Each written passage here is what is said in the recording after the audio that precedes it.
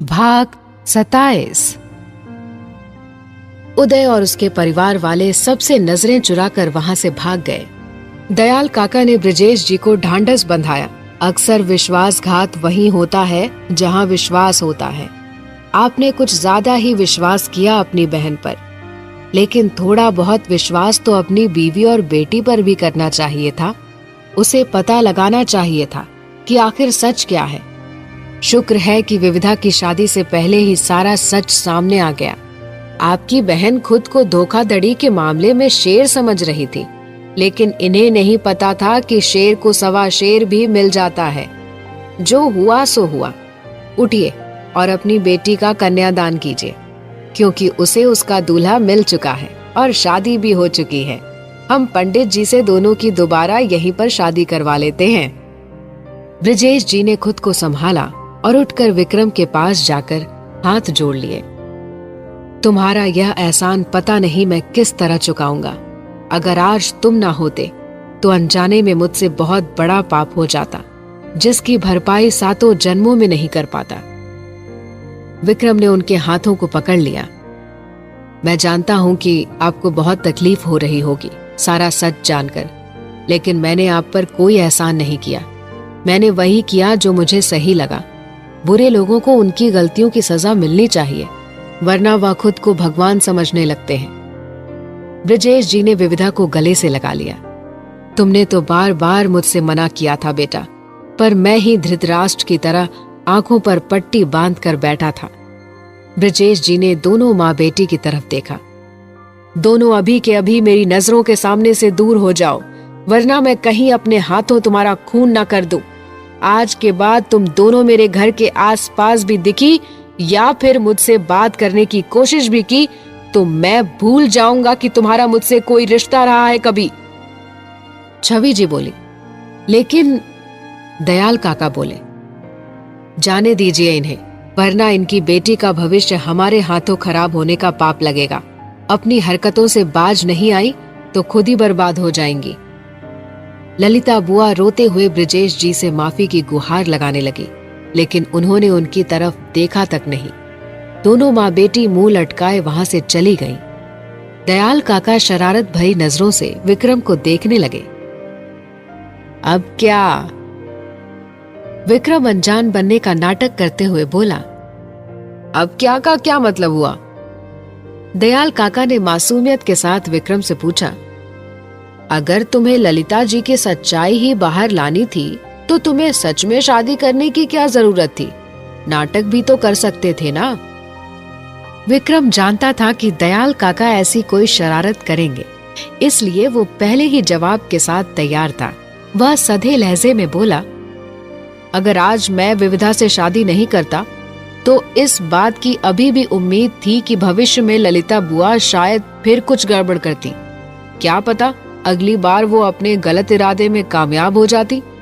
जब लोगों को पता चल जाएगा कि इनके रिश्तेदार कितनी कुटिल हैं, तो भला क्यों कोई ऐसे घर वालों से रिश्ता करना चाहेंगे।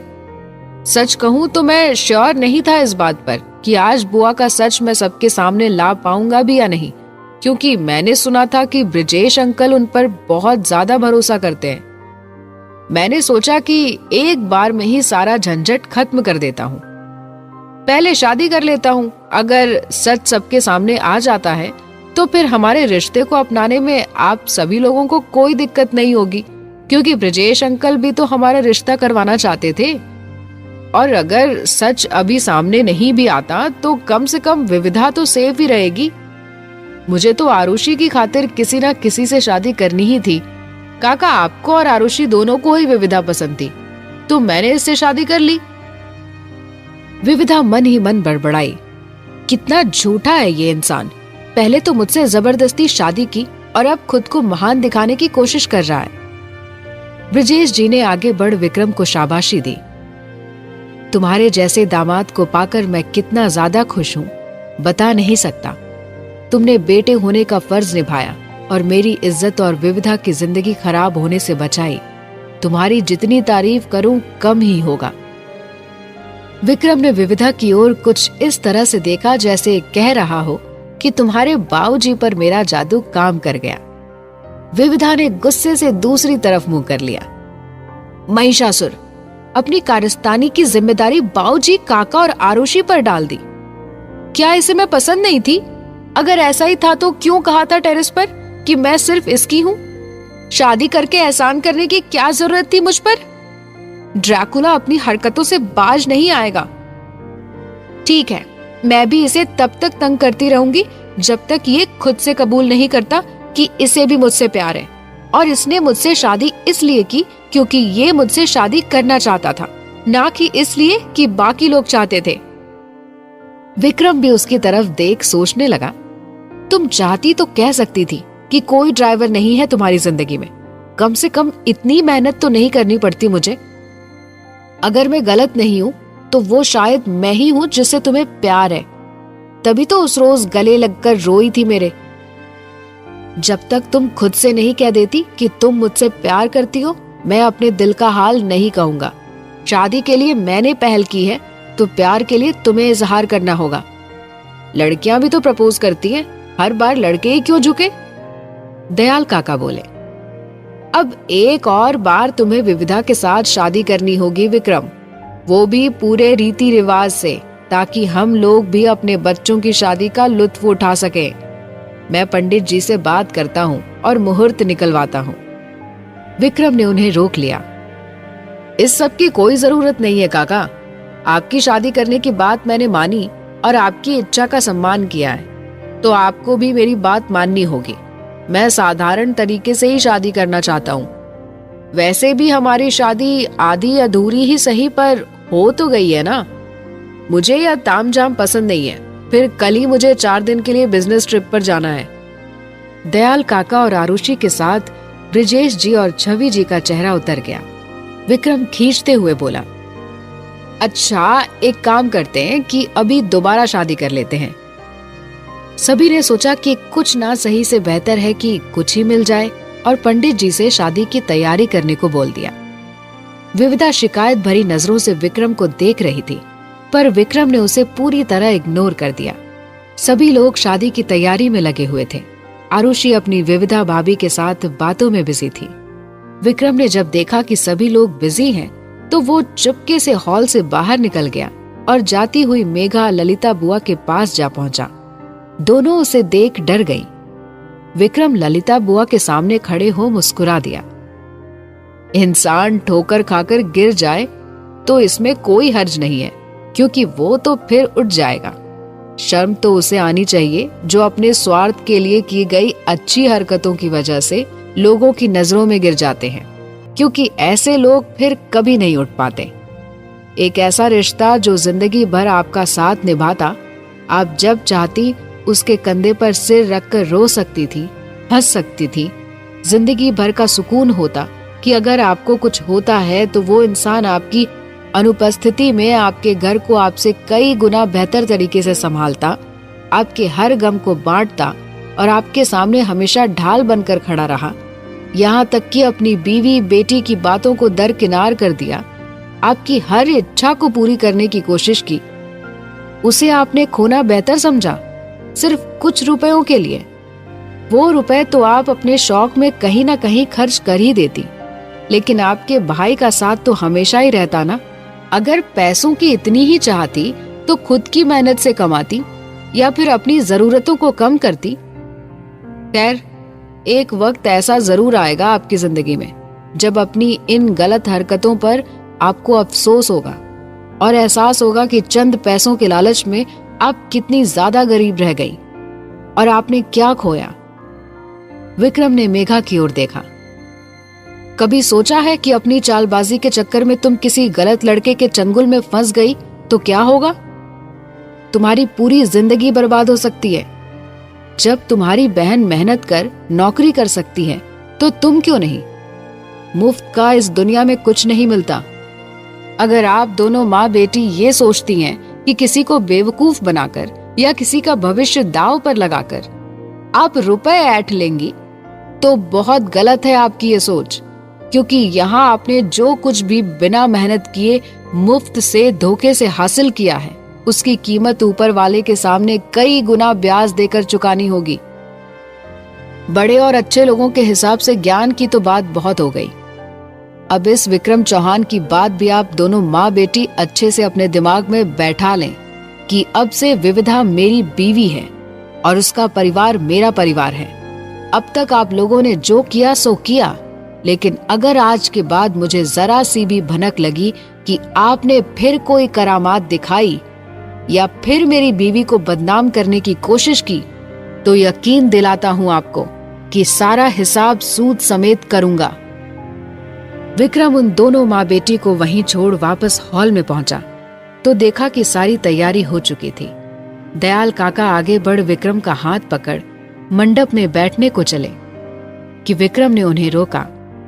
2 साल का बच्चा नहीं हूं काका, जो आप मुझे ऐसे पकड़ के ले जा रहे हैं। खुद चल सकता हूं मैं। दयाल काका धीरे से फुसफुसाए। वो तो दिख ही रहा है बेटा कि कितनी बेताबी है तुम्हें शादी की, तभी तो टेरेस पर ही आधा काम निपटा है और यहाँ आकर सारा ठीकरा मेरे और ब्रिजेश जी और आरुषि बिटिया के मत्थे मर दिया। विक्रम बोला, कुछ तो फायदा उठाऊंगा ही ना आपका, क्योंकि आपने क्या कम साजिशें रची थी हमारी शादी कराने के लिए। काका हंस दिए। विक्रम आगे बढ़ विविधा के पास जा बैठा और पंडित जी ने मंत्रोच्चारण शुरू कर दिया। छवि जी नम आंखों से दोनों की बलाएं लेने लगी और भगवान को धन्यवाद देने लगी कि उन्होंने विविधा को उसका प्यार दिला दिया। वहां मौजूद सभी रिश्तेदार पड़ोसी भी काफी खुश हो उस शादी को संपन्न होते देख रहे थे। तकरीबन घंटे भर के अंदर सारी रस्में पूरी हो गईं और विक्रम विविधा की पूरे रीति रिवाज के साथ शादी हो गई। ब्रिजेश जी और छवि जी विक्रम जैसा अच्छा दामाद और इतना अच्छा घर परिवार पाकर ऊपर वाले को बार बार शुक्रिया अदा कर रहे थे, वरना ललिता बुआ ने तो कोई कसर नहीं छोड़ी थी उसकी जिंदगी को बर्बाद करने में। देर रात विविधा की विदाई हो गई। दयाल काका का सपना पूरा हो चला था। उन्हें अब किसी भी बात की फिक्र नहीं थी। उनका तो ऐसा मन कर रहा था कि अभी उनके पंख होते तो आसमान में उड़ जाते और अपनी खुशी चीख चीख कर सबको बताते। कल्पना तो पहले ही जा चुकी थी, तो अब तो सब कुछ मंगलमय ही था। गाड़ी में बैठा विक्रम खिड़की के बाहर देखते हुए सोचने लगा। जब वह विविधा से मिलने के बाद लौटकर घर आया तो उसे बार बार एक ही बात परेशान कर रही थी कि विविधा खुश नहीं है। उसके चेहरे पर एक खालीपन सा था, पर क्यों? शायद इसलिए क्योंकि उसकी शादी उसके प्यार से ना होकर किसी और से हो रही थी। हाँ, जरूर यही वजह रही होगी। मुझे उसकी मदद करनी चाहिए। इतना तो कर ही सकता हूं उसके लिए, पर कैसे? हाँ, जो विविधा की बुआ है उन्होंने ही तो देखा था इन दोनों को और पूरे मोहल्ले में ढिंडोरा पीट दिया था। उन्हें कुछ न कुछ तो पता ही होगा। विक्रम ने अपने एक आदमी को फोन किया और विविधा की बुआ के बारे में सारी जानकारी निकालने को कहा। अगले दिन सुबह जब विक्रम ऑफिस पहुंचा तो बुआ की सारी जानकारी उसकी टेबल पर थी। विक्रम ने जब ललिता बुआ और उनकी बेटी मेघा की फोटोज देखी तो विक्रम का तो पहले दिमाग ही चकरा गया। फिर उन दोनों की तारीफ में लिखे गए कसीदे पढ़कर उसे सारा माजरा समझ आ गया। विक्रम को जब एहसास हुआ कि विविधा का बुआ द्वारा कथित तौर पर बनाया हुआ ड्राइवर रूपी बॉयफ्रेंड वह खुद ही है, तो वो जोर से हंसने लगा।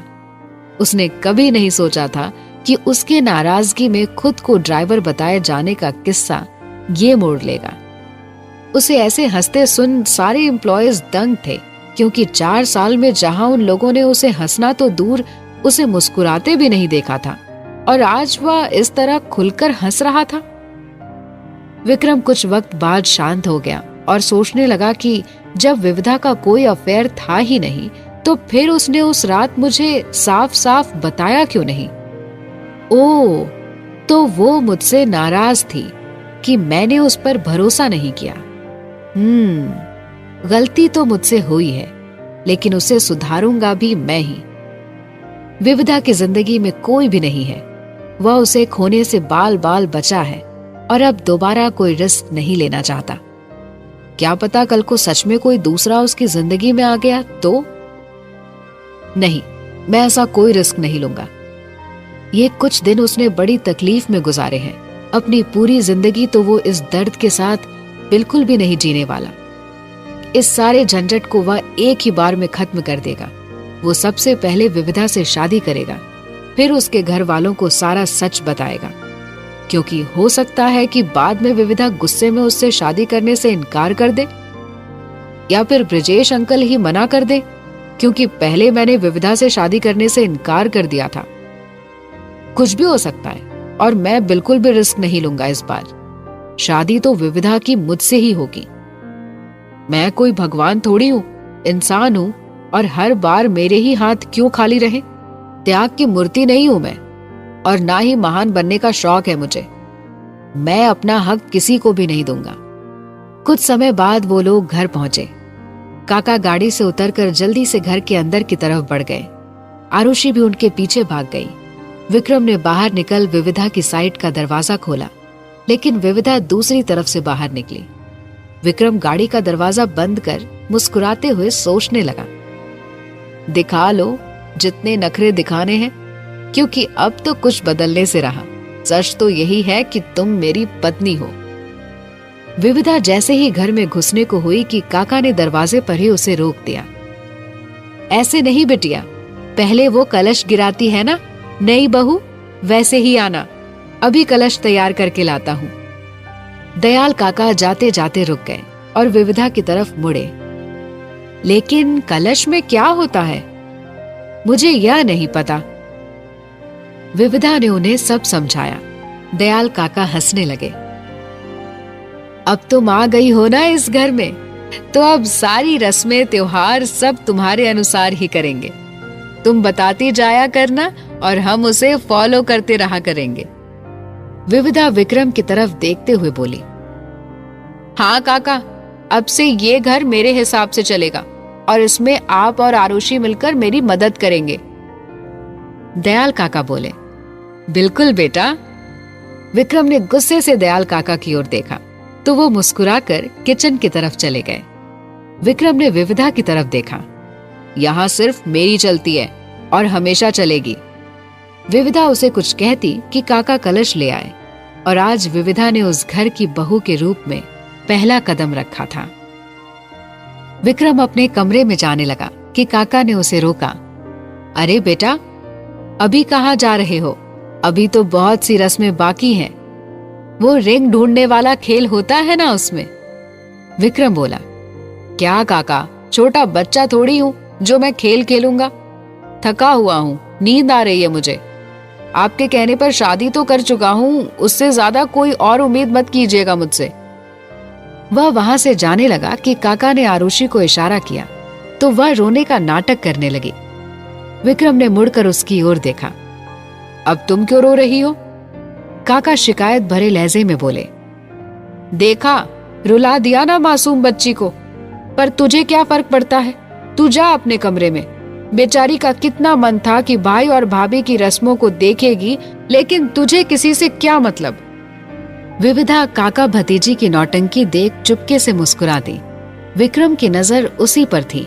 उसने विविधा को मुस्कुराते हुए देखा तो बोला, काका, यह सारी चालबाजियां बहुत पुरानी हो गई हैं आपकी और आरुषि की खुशी के लिए ही तो मैंने ये शादी की है। अब मुझे और कुछ नहीं करना आपके हिसाब से। वैसे भी रिंग चाहे किसी को भी मिलती, अपनी जिंदगी और इस घर में हमेशा से मेरा राज चला है और हमेशा मेरा ही राज चलेगा। विक्रम अपने कमरे में चला गया। दयाल काका मन ही मन सोचने लगे, यह बढ़िया है विक्रम बाबू, खुद के मन में लड्डू फूट रहे हैं और दिखा ऐसे रहे हो कि तुम्हें कोई फर्क ही नहीं पड़ता, और ये सब तो तुमने हमारे लिए ही किया है। विक्रम अपने कमरे में आया और कोट उतार कर एक तरफ रख दिया। वह अपनी माँ की तस्वीर के आगे आ खड़ा हुआ।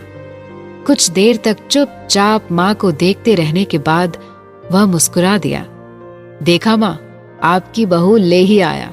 सच कहूं तो आज मेरी भी हालत खराब हो गई थी विविधा से जबरदस्ती शादी करते वक्त, क्योंकि उससे मुझे कभी इस तरह जबरदस्ती करनी होगी ये तो मैंने कभी सोचा ही नहीं था। खैर, कुछ भी हो, पर आखिरकार सब सही हो गया। विविधा अब मेरी बीवी है उसके नाम के साथ मेरा नाम जुड़ चुका है माँ। उसे अब मुझसे कोई जुदा नहीं कर सकता। मैं बता नहीं सकता आपको कि मैं इस वक्त कितना ज्यादा खुश हूं, वह भी इतने लंबे अरसे के बाद। हाँ, आपकी बहू इस वक्त बहुत नाराज है मुझसे। होगी ही, क्योंकि मैंने उससे इस तरह से जबरदस्ती शादी जो की थी। पर मैंने एकदम सही किया। पहले पूछा था मैंने, पर उसने तो मुझे रिजेक्ट किया। तो मैं क्या करता? जितना ज्यादा पूछता उतना ज्यादा सिर पर चढ़ती। विक्रम आराम से अपने बिस्तर पर जा बैठा और पीछे की तरफ होकर उस पर लेट गया। विक्रम ने अपनी आंखें बंद कर ली और विविधा के साथ हुई अपनी शादी को याद करके मुस्कुराते हुए उसके कमरे में आने का इंतजार करने लगा। आज से उसका कमरा सिर्फ उसका नहीं, विविधा का भी होगा। विक्रम बड़बड़ाने लगा, आज जानता हूं कि मुझे एडजस्ट करना होगा, पर कोई बात नहीं, मैं कर लूंगा। बस यह लड़की मुझसे लड़े ना और मुझे गुस्सा ना दिलाए। विविधा अब तक नहीं आई थी। धीरे धीरे वक्त गुजरने लगा और लगभग 1 घंटे हो चला था, पर विविधा का कोई अता पता नहीं था। विक्रम वाकई काफी थका हुआ था। उसे सच में नींद आने लगी थी। थक हार कर वह विविधा को ढूंढने कमरे से बाहर निकला और सीढ़ियों से उतरकर सिटिंग एरिया में आया। वहां विविधा को ढूंढने लगा। वहां उसका बैग तो रखा था, लेकिन वह वहां कहीं भी नहीं थी। विक्रम किचन में भी गया और आसपास भी देखा, पर विविधा कहीं नहीं मिली। विक्रम परेशान हो सोचने लगा कि लड़की आखिर गई कहां? कहीं वापस अपने घर तो नहीं भाग गई? नहीं, ऐसे इतनी रात को तो नहीं जाएगी, और फिर जाएगी ही क्यों? उसे अब आरुषि की याद आई। विक्रम उसके कमरे में गया तो देखा कि विविधा आरुषि के साथ सो रही है। विक्रम को उस पर गुस्सा आया कि मैं वहां इसका इंतजार कर रहा हूं और यह यहां आराम से घोड़े बेचकर सो रही है। एक तो जब से शादी हुई है कुछ बोल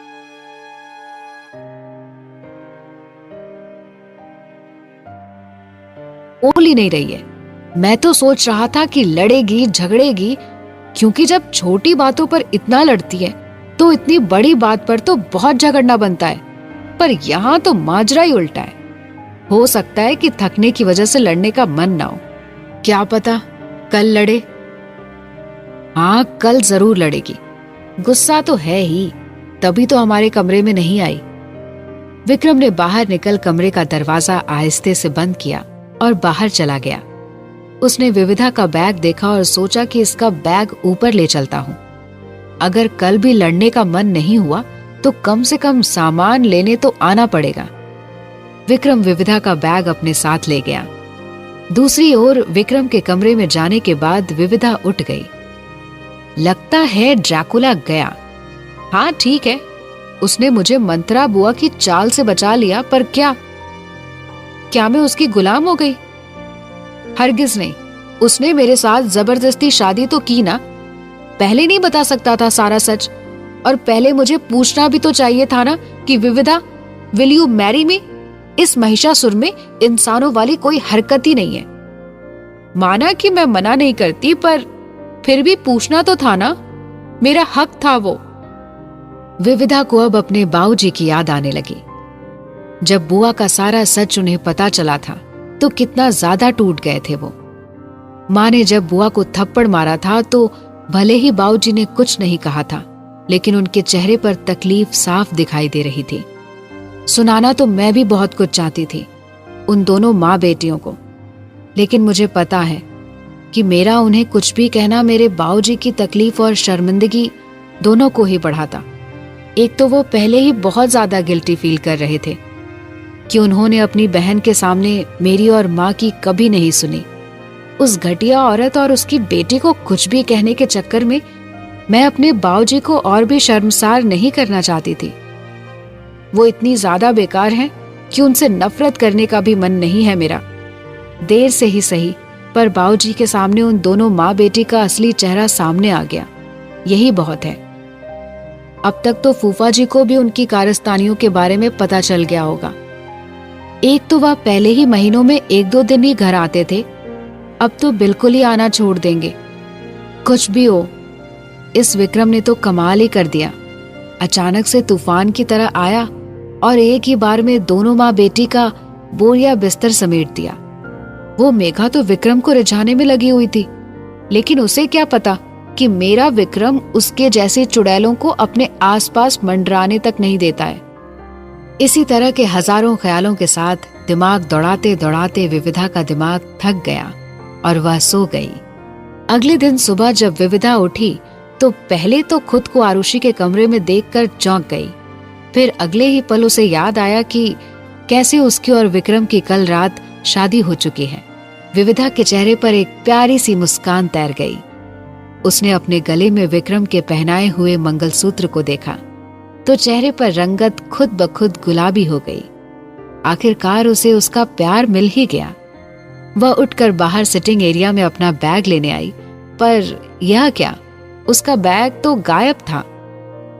विविधा को समझते देर न लगी कि यह कारनामा उसके राक्षस पति देव का है। वह जानबूझकर उसका बैग अपने साथ ले गया है ताकि वह उस कमरे में जाए, पर वह वहां नहीं जाएगी। विविधा अभी बड़बड़ा ही रही थी कि दयाल काका जाग कर अपने कमरे से बाहर निकले। उन्होंने जब विविधा को देखा तो बोले, अरे बेटा, तुम जाग गई? हाँ काका। उसने आगे बढ़ काका के पैर छुए तो उन्होंने उसे खूब सारा आशीष दिया।